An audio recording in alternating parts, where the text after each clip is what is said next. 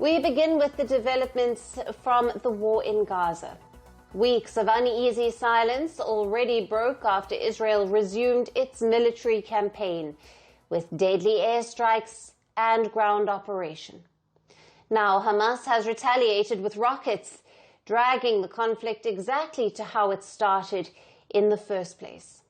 In a recent escalation, the Iran-backed group launched multiple rockets at Israel.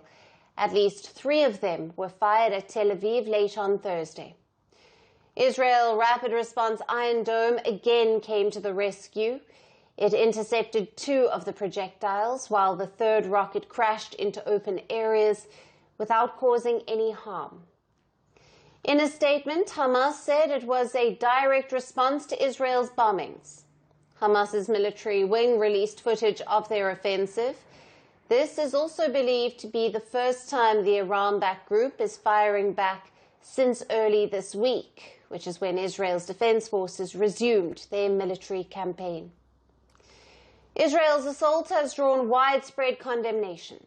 In its latest round of strikes, at least 91 Palestinians were killed across the Gaza Strip. Israeli war jets also dropped leaflets over residential neighbourhoods, ordering the residents of Gaza City and Khan Yunis to evacuate. Later on Thursday, the IDF said its troops have begun ground activity in Rafah, a city in the southernmost part of the enclave near Egypt. They claim destroying terrorist infrastructure. Now, death from Gaza's Civil Defense Agency has topped 500 in just 3 days. It is one of the highest since the war started, with more than 190 people under the age of 18 dead. Meanwhile, back in Israel, a political shake-up unfolded. The nation's chief of national security, Ronen Bar, was sacked. He was the head of the Shin Bet, Israel's internal security service. It operated mostly inside Israel and Palestinian territories, keeping tab of terrorist plots and security threats. Ronen Bar, as its head, led all of those operations. Prime Minister Netanyahu has dismissed him from the role.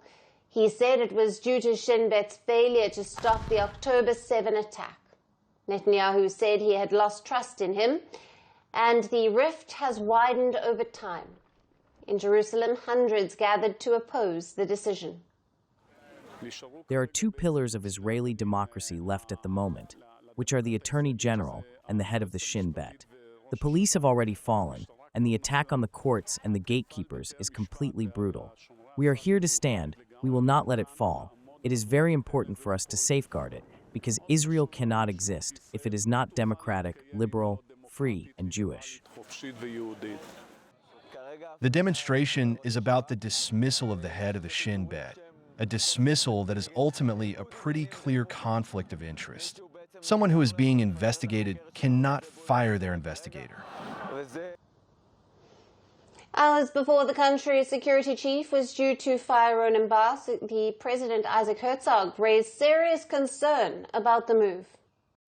It is impossible not to be deeply troubled by the harsh reality unfolding before our eyes. Thousands of reserve duty call-ups have recently been issued, and it is inconceivable to send our sons to the front while simultaneously advancing divisive and controversial initiatives that create deep rifts within our nation. It is unthinkable to resume fighting while still pursuing the sacred mission of bringing our hostages.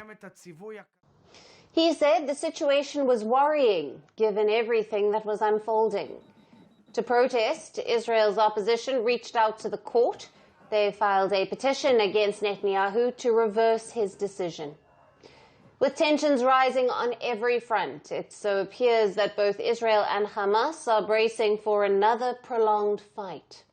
Amid the continued hostilities, thousands of civilians are falling through the cracks. Good afternoon, Prime Minister Lakshman. Good afternoon. Making headlines in India well before you landed here. New Delhi has raised concerns in the recent past vis-a-vis the Khalistani separatists that operate in New Zealand. How do you propose to address these concerns? In our democracy, we believe in the freedom of speech. Organizations like the Al-Qaeda or ISIS were to hold a referendum in New Zealand, something related to one of your Western partners. Would you say the same? We have very well-defined laws in our democracy. No specific conversation on Khalistan on this visit. It was raised with me. I also raised back our position. Are you willing to to be open to these concerns from New Delhi? As I keep coming back to you to say, we have strong laws in our system.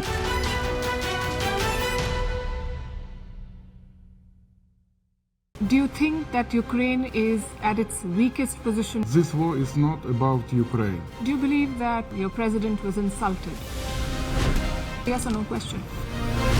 Is Ukraine prepared to pay the price for that peace? No compromises at the cost of territorial integrity and sovereignty. Diplomacy will work? Yes, Do you it think will. Russia will give up the territory if there is no ceasefire? Do you propose to keep fighting? We are ready to resist. Do you think there will be peace? Many countries gave us 3 days. President Trump said you don't have any cards. We do not have another choice. How do you keep fighting? You ask me once again the same question. Because you've not answered my question. We have enough capacities to keep fighting.